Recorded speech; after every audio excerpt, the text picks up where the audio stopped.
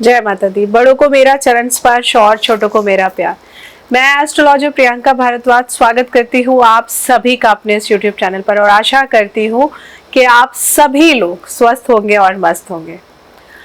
आज मैं आप सबसे बात करने आई हूँ स्नान को लेकर। स्नान यानी कि नहाना। हम सभी नहाते हैं ना, जरूरी होता है। मॉर्निंग में उठते हैं नहाते, गर्मी हो जाए तो दिन में 3-3 4-4 बार भी नहा लेते हैं। लेकिन कई बार कुछ ऐसे काम होते हैं जिनको करने के बाद नहाना बहुत जरूरी होता है, चाहे गर्मी हो चाहे सर्दी हो। तो आज ना मैं आपसे उन्हीं कामों को लेकर बताकर आई हूँ कि अगर आप ऐसा काम करते हैं तो इसके बाद नहाना बहुत जरूरी है। क्योंकि मैं किसी की जन्म कुंडली देख रही थी तो देखते देखते अचानक से पता चला कि वो 3-3 4-4 दिन तक नहाते नहीं हैं। और कई बार जिस क्रियाओं के बारे में मैं अब आपको इस वीडियो में बताऊंगी तो उन्होंने कहा कि हमारे लिए तो नॉर्मल सी बात है, हम जाते हैं तो आकर नहाते नहीं हैं, जरूरी नहीं समझते। लेकिन मैंने उनको भी बताया कि नहाना क्यों जरूरी है, तो सोचा साथ में आप लोगों को भी बता दूं, क्योंकि इसका मतलब है कि आज भी लोग ना नहाने में विश्वास रखते हैं। देखिए, हर इंसान को ना जो 4 काम मैं आपको बताऊंगी, अगर वो काम किए हैं या करते हैं, जब भी करें तो उसके तुरंत बाद ना आपको नहाना बहुत जरूरी है, स्नान लेना बहुत जरूरी है। अगर आप ऐसा नहीं करते हैं तो आप अपने दुर्भाग्य के रास्ते खुद खोल रहे हैं। 3 काम ऐसे क्या हैं जिनके बारे में हमारे शास्त्रों में या हमारे बड़े बुजुर्गों ने भी कहा है कि जिन्हें करने के बाद तुरंत नहाना बहुत जरूरी है। 3 से 4 काम मैं कहूंगी। तो ये जानते हैं उन कामों के बारे में, कौन से कार्य ऐसे हैं। देखिए, किसी भी व्यक्ति की चिता जलाने के बाद इंसान को स्नान जरूर करना चाहिए, क्योंकि शमशान में हमेशा नकारात्मक ऊर्जा का प्रभाव होता है। तो जब आप किसी के साथ जाते हैं तो कुछ लोगों को देखा है ना, वो वहां जाते हैं और फिर कहते हैं वहां से हम सीधा ऑफिस चले जाएंगे या मीटिंग के लिए जाना है, काम नहीं, टाइम नहीं है हमारे पास। ये बहुत गलत है।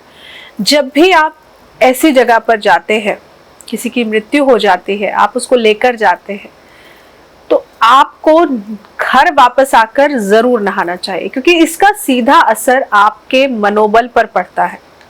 साथ ही शमशान में एक के साथ एक, मतलब कई बार तो ऐसा होता है, कोविड में आपने देखा ना कितनी सारी लाशें एक साथ जल रही थी। भगवान ना करे ऐसा दिन कभी भी आए, लेकिन कई बार ऐसा होता है कि काफी सारी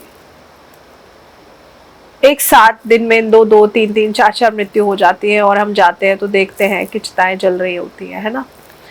या फिर कुछ समय के अंतराल पर वहां मृतकों का अंतिम संस्कार किया जाता है। इस दौरान कई प्रकार के कीटाणु भी वहां मौजूद होते हैं जो आपके शरीर पर चिपक जाते हैं। शव यात्रा के तुरंत बाद नहा लेने से व्यक्ति नकारात्मकता और कीटाणु दोनों से बच जाता है, इसलिए नहाना बहुत जरूरी है। वही सेकेंड इंपॉर्टेंट चीज, जब भी आप तेल की मालिश करते हैं अपनी बॉडी पर, तो तेल लगाकर घर से बाहर मत निकल जाइए। काम की शुरुआत करने घर से बाहर मत जाइए। तेल लगाने के बाद भी चाहे हाफ एन आवर हो या 45 मिनट हो या 1 घंटा, कोशिश करिए कि आप नहाएं। वो भी आधा घंटा 1 घंटा मैंने इसलिए कहा कि अगर आप घर पर ही हैं, लेकिन अगर आपको जाना है तो 10-15 मिनट के बाद आपको नहा लेना चाहिए, क्योंकि तेल मालिश के दौरान शरीर छिद्रों से मैल बाहर निकलता है। ऐसे में तुरंत नहा लेने से शरीर की सारी गंदगी निकल जाती है। वहीं पे तीसरी इंपॉर्टेंट चीज, जो शादीशुदा लोग होते हैं, न्यूली वेड कपल्स होते हैं, अपने शरीर की पवित्रता का आप लोगों को पूर्णतः ध्यान रखना चाहिए। किसी भी पूजा पाठ में सम्मिलित होने पर आपको सिर धोकर ही स्नान करना चाहिए। ये बहुत जरूरी है।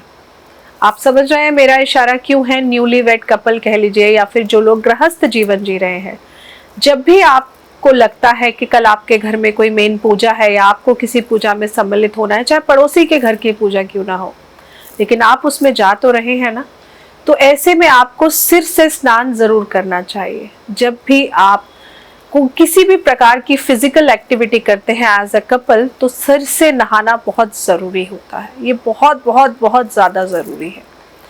स्नान करने के बाद ही, सिर से स्नान करने के बाद ही आपको पूजा में बैठना चाहिए। अगर आप ऐसा नहीं करते हैं तो आप देखेंगे कि धीरे धीरे आपको शारीरिक समस्याएं उत्पन्न होने लगती हैं।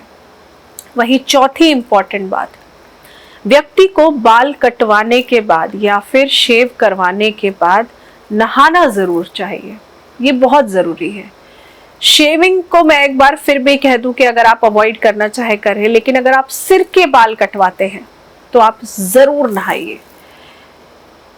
क्योंकि देखिए, आपके जब बाल हेयर कट होते हैं, बाल कटवाए जाते हैं, तो आप उसके छोटे छोटे टुकड़े आपने देखे ना, शरीर के अंगों पर चिपक जाते हैं और आसानी से नहीं निकलते हैं। इसलिए बाल कटवाने के बाद तुरंत नहा लेना ना बहुत जरूरी होता है। कई बार आपने देखा है कि जन्म कुंडली में उपाय के तौर पे हम कहते हैं ना कि अपने बालों को आप जितना हो सके, कुछ लोगों को कहते हैं शोल्डर से नीचे मत होने दीजिए, कुछ लोगों को कहते हैं आप बॉय कट ही रखिए, वही आपके लिए अच्छा है। क्योंकि ये कंप्लीटली डिपेंड करता है आपके ग्रहों के अनुसार। बाल जो है, ये देखिए, ये इतना जो हिस्सा है ना, ये हमारी मेष राशि को बिलोंग करता है ना। तो यहाँ पर अगर बाल आप कटवा के आते हैं और एकदम से नहाते नहीं हैं, सुबह कटिंग कराया, सारा दिन आप घूम रहे हैं, तो आप देखना उस सारे दिन में ना आपके अंदर मंगल ग्रह का प्रभाव बहुत ज्यादा पड़ने लगता है। आपको गुस्सा बहुत आएगा, छोटी छोटी बात पे इरिटेशन होगी, फ्रस्ट्रेशन होगी। इसलिए तो ये जो 4 बातें मैंने आपको बताई है ना, आप इनका जरूर ध्यान रखिए, अपने जीवन का नियम बना लीजिए कि जब भी आप ऐसी जगहों पे जाएं तो नहाइए जरूर। और क्योंकि आजकल तो बीमारी इतनी फैल रही है, तो ऐसे में अगर आप हॉस्पिटल भी जाते हैं और वहां आप 1-1.5 घंटा स्पेंड कर आए हैं, तो कोशिश करिए अगर जहां भी आप रह रहे हैं वहां का वातावरण ठंडा नहीं है, गर्म है, आप नहा सकते हैं तो नहाइए। अगर ठंडा वातावरण है तो पानी को गर्म करके आप अपनी बॉडी को स्पंज जरूर करिए, लेकिन करिए, अपनी बॉडी को क्लीन जरूर करिए। क्योंकि ये जो राहु प्रधान जगह होती है ना, कोर्ट कचहरी हो गया, हॉस्पिटल हो गया, पुलिस स्टेशन हो गया, आप जब भी ऐसी जगहों पे जाएं तो आकर स्नान जरूर करिए। ये बहुत बहुत बहुत जरूरी है, नहीं तो आप अपने शरीर पर नकारात्मक ऊर्जा का प्रभाव लिए घूमते भी जा रहे हैं और उसको बढ़ा भी रहे हैं। तो ये 4 बातें मैं आप सबको बताने आई थी, जिनका ध्यान आपको जरूर रखना है और ऐसा करने के बाद स्नान आपने जरूर लेना है। जय माता दी।